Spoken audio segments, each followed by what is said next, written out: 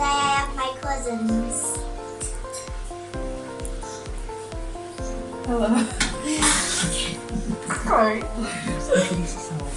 What are your names? My name is Abina. My name is And my name is Cobb.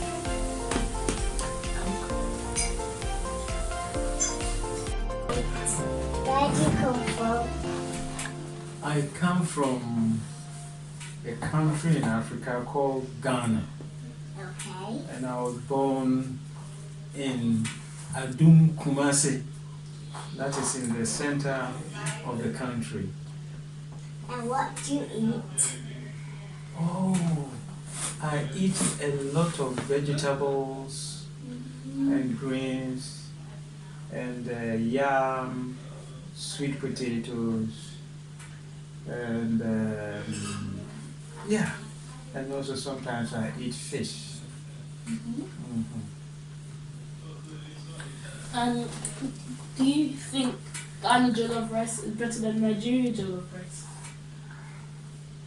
Well, what is jollof rice? Where does the name jollof come from? It comes from the Senegal, Gambia area. That's, yes, jollof. It's Wolof. It's the Wolof people. And it is their traditional dish. So, the best jollof rice should be from the Gambia. Because it's Gambia or Senegal. Because they are the originators. So what you find in Ghana and Nigeria are just imitations. They are just imitations. So the real jollof rice, you have to go to the Wolof people of Senegal and the Gambia.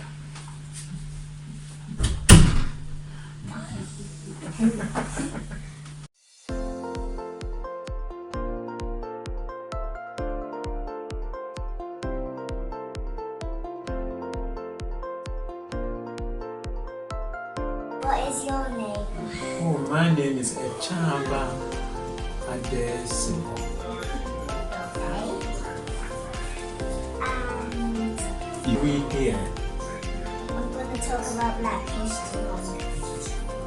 Okay. What about Black History Month? About Black people? About us. Black history is about us. And how people have achieved so much by the color of their skin. Okay, Ethan. Black History Month is about celebrating the things that black people have achieved. Excellent. Celebrating what black people have achieved. You can give some like And examples. you can say it's not only about the things they have achieved, it's remembering the struggles they went through. Like Rosa Parks in the Tianna. He was a slave. Oh yeah, Yeah, he massacred. He abolished slavery with a group of. No, I think his group was called the Son of Africa or something. And Luther Martin. No, not him. And Martin Luther King. Martin Luther King, yeah. Okay, what about here in the UK? Mary Seacole. Who's Yeah, that? Seacole. Oh yeah. Claudette. Claudia Jones. It's Yeah, not. It's not. Yeah. Because it's YouTube. It's not. Ask him what he has done and why he's on the show.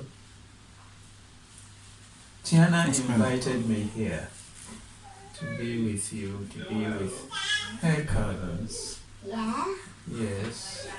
And then you are going to ask me some questions because I'm your granddad. And it happened that your granddad is the founder of Black History Month. And that's a long time ago. 34 years ago, it was 1987. At that time, I was working at the Greater London Council. That was the council that ran the whole of London.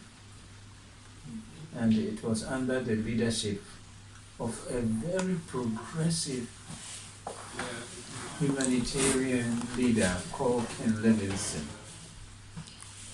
And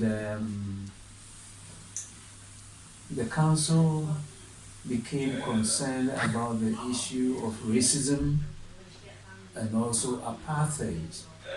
That is a certain form of racism in South Africa, which the whites oppressed the blacks, the black Africans, and took their land away from them. So the world had been mobilized against the government in South Africa. But then at that time, Margaret Thatcher was the Prime Minister of the United Kingdom, and her government was in support of the apartheid government in South Africa. And people, Africans, black people in the United Kingdom and others were not very happy with what was going on. But in the United Kingdom, there is a Race Relations Act, which the act says that the local authorities and the government should do everything in their powers to ensure that there is harmonious race relations, there is no discrimination, that everyone is treated equally. So there were a lot of campaigns that were led by the Greater London Council, and the campaign was London Against Racism. London will not tolerate racism at all. So most of these campaigns were organized at the headquarters of the Greater London Council, where I worked at the Director General's Department of the Ethnic Minorities Unit as the Special Projects Coordinator. Then one day, something happened. A colleague of mine came to work. Her name is Elizabeth. And Elizabeth she was looking sad and was almost crying. So I went to her desk and I said, Elizabeth, how's wrong? And she said, will you believe it? I was putting Marcus to bed last night, and after prayers, as I was leaving the room, Marcus called me. And Marcus asked, Mom, why can't I be quiet? So Elizabeth had named the son, 6-year-old Marcus, after Marcus Garvey. And here is Marcus questioning his identity. So if you start to question your identity, then there's something wrong. That means you don't know who you are. And if you don't know who you are, you don't have much confidence. You have to know who you are, love who you are, accept who you are. By knowing who you are, then you are able to know your parents, your dad and you know your grandparents, uncles, nephews, and all of the family, and you love yourself, love your family. So it's important that you know who you are. Then, of course, out there, because of racism, because of difficulties, what you see on television, and they are saying that everything about black is not good and this and that, so it makes you question yourself. But for a 6-year-old, 6-year-old to question his identity, that why can I not be white? Then there's something deeply wrong. Something deeply wrong. Do you agree?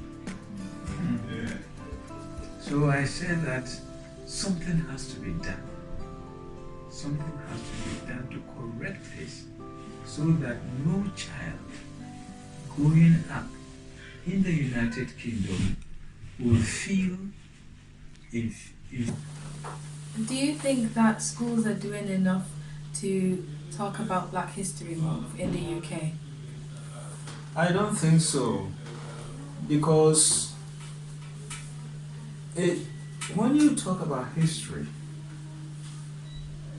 and the teaching of history, it becomes the responsibility of the state and the local authorities, because they control the national curriculum. So African history, Black history, unless it's made an integral part of the national curriculum, it will be treated as blacks have always been treated, that, oh, like we used to say that you treat black people as second-class citizens. So you treat Black history as a second-class subject. But that shouldn't be at all. If you deny Black history, then you are denying the essence of who you are as British, or as English, as Scot, as Welsh, or as French, or as German. Because without us Africans, they wouldn't be where they are. They derive from us, because all archaeological evidence proves that humanity started from Africa. The human being originated from Africa. So that is very important, because so you are original. So you are not a derivative of anyone, like you just said about wolof rice. So you are not an imitation.